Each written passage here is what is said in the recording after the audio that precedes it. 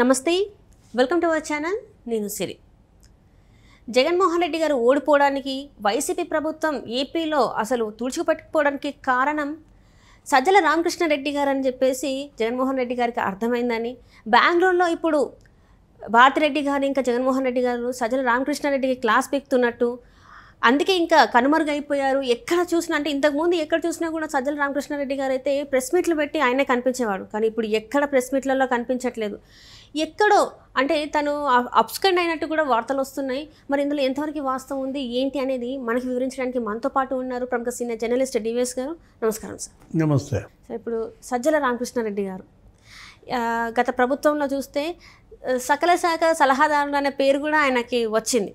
So ఇలాంటి తరుణంలో ఇప్పుడు మొన్న జరిగిన ఎలక్షన్స్లో జగన్మోహన్ రెడ్డి గారు ఓడిపోవడానికి వైసీపీ ప్రభుత్వం కూలిపోవడానికి కారణం సజ్జల రామకృష్ణారెడ్డి గారు అని చెప్పేసి ఇప్పుడు జగన్మోహన్ రెడ్డి గారు ఇంకా భారతి గారు గ్రహించి ఆయనకి చివాట్లు పెట్టుతున్నారని చెప్పేసి తిడుతున్నారని చెప్పేసి అయితే వార్తలు వస్తున్నాయి. అండ్ ఇప్పటి వరకు చూసుకుంటే ఇంతవరకు జగన్మోహన్ రెడ్డి గారు ఎక్కడ యాజ్ అ ముఖ్యమంత్రిగా మాట్లాడింది లేదు. దేనికైనా కూడా సజ్జల గారు వచ్చి ప్రెస్ మీట్లు పెట్టి మాట్లాడడం జరిగింది. అండ్ ఇప్పుడు చూస్తున్న పరిస్థితులు అయితే ఎక్కడ కనిపించట్లేదు. తను ఇప్పుడు ఏమంటున్నారంటే అసలు అప్స్కండ్ అయిపోయాడు సజ్జల రామకృష్ణారెడ్డి అని చెప్పేసి కూడా మరి వార్తలు వస్తున్నాయి. అసలు ఇంతకీ సజ్జల రామకృష్ణారెడ్డి గారు ఎక్కడున్నాడు, ఇప్పుడు అసలు ఏంటి నెక్స్ట్, అసలు సజ్జల రామకృష్ణారెడ్డి గారి పరిస్థితి ఏంటంటారు? సజ్జల చీటీ చిరిగిపోయిందా? సజ్జల చీటీని జగన్మోహన్ రెడ్డి చించేశాడా?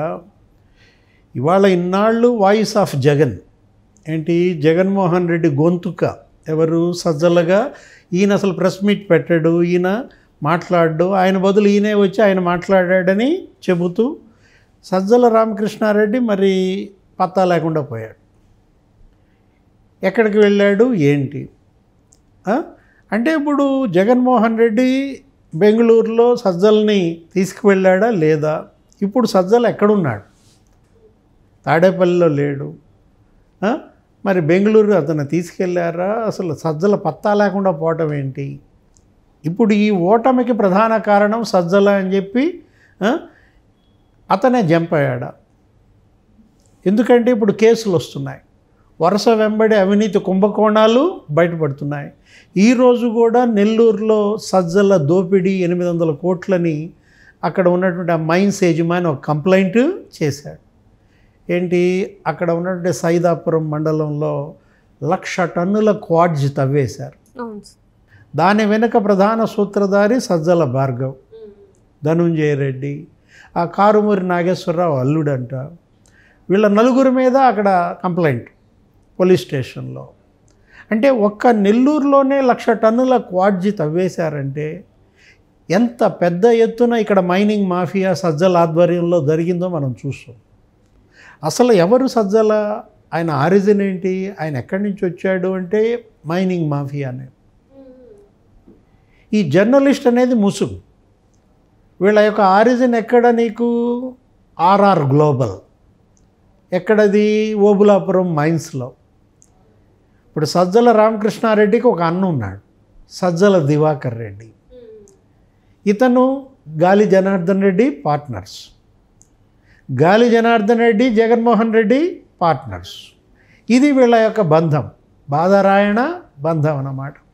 ఓబులాపురంలో ఇనప ఖనిజం పెద్ద ఎత్తున కొల్లగొట్టారు రాజశేఖర్ రెడ్డి ముఖ్యమంత్రిగా.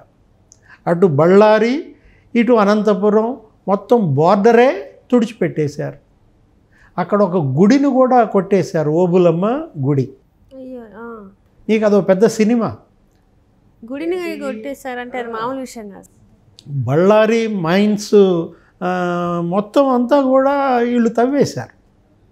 కర్ణాటక బోర్డర్ మొత్తం ఖాళీ చేసేసిన పరిస్థితుల్లో నీకు ఓబులాపురం నుంచి కృష్ణపట్నం దాకా ప్రతిరోజు కొన్ని వందల లారీల ఇనప ఖనిజం చైనాకి ఎగుమతి. ఆ లారీల కింద పడే 100 మంది చనిపోయారు. అదే అప్పట్లో తెలుగుదేశం పార్టీ ఒక బుక్ కూడా వేసింది, mining mafia A threat to democracy అని. ఈ బళ్ళారి ఈ గనుల దొంగ ఎవరు? గాలి జనార్దన్ రెడ్డి.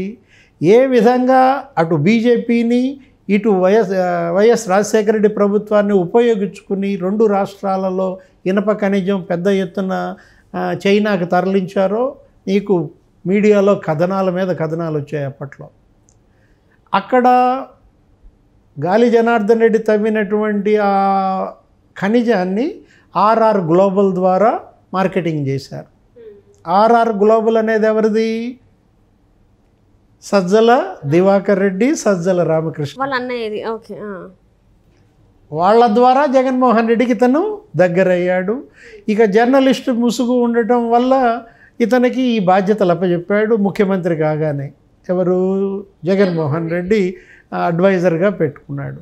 సలహాదారుగా సజ్జల జగన్మోహన్ రెడ్డినే మింగేశాడు. ఏది?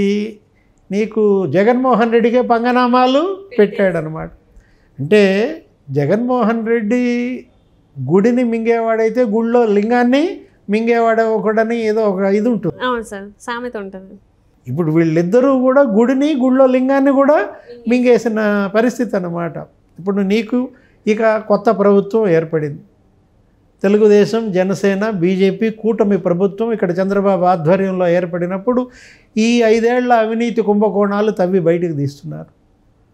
వరుస పెట్టి నీకు ఎక్కడెక్కడ మైనింగ్ ఎలా దోచేశారు.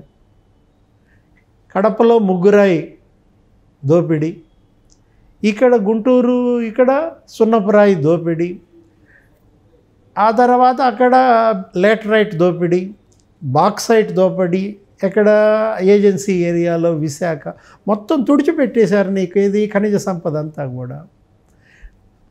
మైనింగ్ మాఫియా ఏ విధంగా ఇక్కడ దోపిడీ జరిగిందో మనం పెద్దిరెడ్డి రామచంద్రారెడ్డికి గనుల శాఖ అప్పచెప్పారు.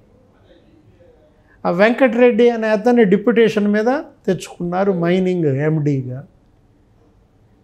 ఇసుకలోనే నీకు 40,000 కోట్ల అవినీతి జరిగిందని ఇవాళ ఆధారాలతో సహా దొరికారు. ఇప్పుడు మద్యం మరో కుంభకోణం, లిక్కర్ స్కామ్. ఏంటి? ఇక్కడ డిస్టిలరీస్ని వాళ్ళు బెదిరించి లాగేసుకున్నారు. అదాన్ డిస్టిలరీస్ అనే కొత్త దాన్ని తీసుకొచ్చారు. విజయసాయి రెడ్డి అల్లుడు రోహిత్ రెడ్డి బినామీగా. ఢిల్లీ లిక్కర్ స్కామ్ కన్నా ఇది పెద్ద స్కామ్ అని. అక్కడ కేవలం 100 కోట్ల అవినీతికే కవితను అరెస్ట్ చేసి జైల్లో పెట్టిన పరిస్థితుల్లో ఇక్కడ 1,00,000 కోట్ల అవినీతి జరిగిందని. ఏంటి ఇక్కడ? అసలు ఇక్కడ మద్యం తయారీలో స్కామ్, అమ్మకాల్లో స్కామ్, సరఫరాలో స్కామ్, 3 స్కాములు ఒక మద్యంలోనే జరిగిన దీంట్లో రేపొద్దున ఇక్కడ సిబిఐ ఎంక్వైరీ డిమాండ్ చేశారు. చంద్రబాబు ప్రభుత్వం మరి సిబిఐ ఎంక్వైరీ కనుక ఇక్కడ జరిపించినట్లయితే మొదట జైలుకి వెళ్ళేది సలహాదారు సజ్జల, పెద్దిరెడ్డి రామచంద్రారెడ్డి, నెక్స్ట్ వెంకటరెడ్డి, వాసుదేవరెడ్డి. అసలు వీళ్ళందరితో పాటు ముఖ్యమంత్రి మాజీ జగన్మోహన్ రెడ్డి జైలుకి వెళ్ళాల్సిన పరిస్థితి అన్నమాట. అంటే మా ఈ పతనానికి ప్రధాన కారకుడు సజ్జల, సజ్జల్ని నమ్ముకుని మా పుట్టి ముంచుకున్నాం అని ఇవాళ భారతీ మేడం కావచ్చు, జగన్మోహన్ రెడ్డి కావచ్చు, సజ్జల కొడుకుని ఉతికారేస్తున్న పరిస్థితి అన్నమాట. ఇద్దరు తండ్రి కొడుకులు పత్తా లేకుండా పోయారు. సజ్జల భార్గవ్కేమో సోషల్ మీడియా అప్పచెపితే అతను సోషల్ మీడియాలో చేసినంత వ్యక్తిత్వ హననం, మహిళల పైన పెట్టిన పోస్టులు, పెద్ద ఎత్తున అందులో దోపిడీ సోషల్ మీడియా పేరుతో. ఇటు సాక్షి దినపత్రిక కొనుగోళ్ళు ఒక దోపిడీ, అదొక స్కామ్. సాక్షికి ఇచ్చిన యాడ్స్ మరో స్కామ్. ఎటు చూసినా అసలు యాడ్సే. వెల్ఫేర్ స్కీముల్లో ప్రతి స్కీములో కూడా స్కామ్ జరిగినటువంటి పరిస్థితుల్లో వీటన్నిటిపైన విచారణ కనుక జరిగినట్లయితే ముందు దొరికేది ఎవరు? సజ్జల. కాబట్టి సజ్జల లేకుండా చేసే పని చేస్తున్నారు. Right sir, right. Thank you so much sir. నమస్తే.